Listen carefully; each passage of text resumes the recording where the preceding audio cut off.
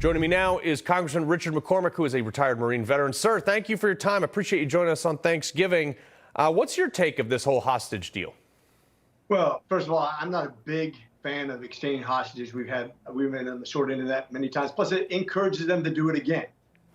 We've seen it with other countries. When you reward them for that bad behavior, they just do it again. Look at Russia. You know, every time they give up some sort of some person they have in custody, they find another reason, whether it be a reporter or somebody who just happens to be working there on a contract, or a basketball player for weed, whatever it is. They're going to grab it. They're going to ask for billions of dollars. They're going to ask for exchange of hostages. It's a bad idea. We've gone over this for millennia now, it seems like.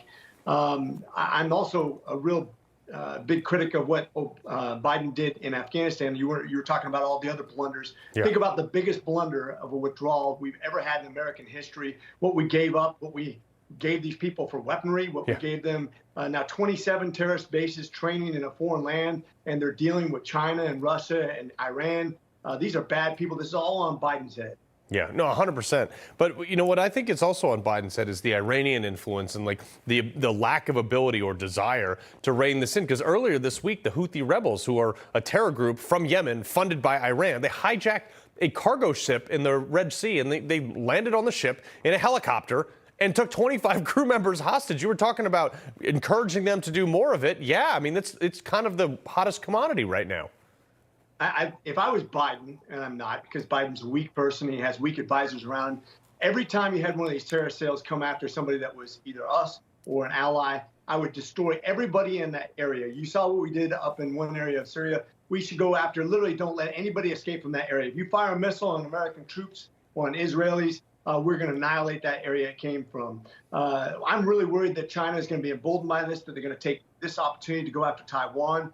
It would be catastrophic. We forget that 100% of our AI chips are produced in Taiwan right now. We don't have breaking ground here in America to produce those chips. It would take 18 to 24 months, and you're showing weakness. If China takes advantage of this, and we have stuff going on in Azerbaijan and Armenia, you have Israel, you have Ukraine, this is a perfect opportunity with a weak president to do something very bad that would be to the detriment of all of us around the entire world. Well, but also China's trying to slip in there too.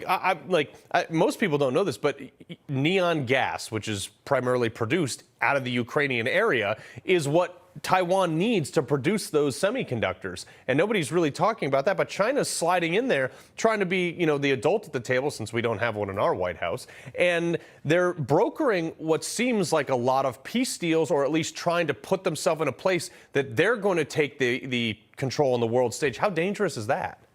And they have a lot of other resources too. Obviously, 70% of Europe's grain, obviously some steel, and also other production of minerals and metals that we need around the world. This is an unholy alliance of some really bad actors, especially Iran, who's trying to destabilize the entire Middle East. They're funding terrorism everywhere they go, and to have them dealing directly with China and Russia is very concerning to me. Right. Congressman, before we let you go tonight, and I'll let you get back to your family to do turkey, but the spending and the continuing resolution that was just passed, the two-stage, look, I was very disappointed that this happened, because it basically extends more spending, the exact same level that it was under Nancy Pelosi.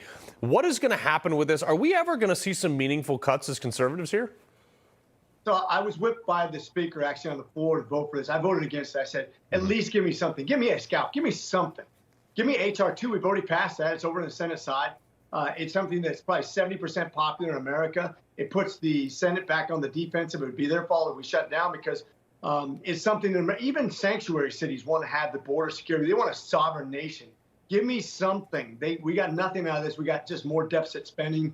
I know Mike Johnson thinks that next year is going to be clean. We're going to be getting it done. We're not going to get stuck like this. I disagree. I think this is a habit. We need to stand up for what we believe in. We have to spend according to our means. The runaway debt and the interest we're paying on it is going to actually surpass our military spending probably this next year. That's outrageous. We'll never recover from that. We'll become a second-rate economic country, and the rest of the world won't base their economy on our currency anymore, and that will disrupt everything we know. Yeah. No, it's shocking to me that we consistently find ourselves in these same spots. So, Congressman Richard McCormick, we appreciate you taking the time on Thanksgiving. Semper Fi, brother. All right. Folks, if we don't get this under control, we're going to have big problems real soon. Don't go anywhere.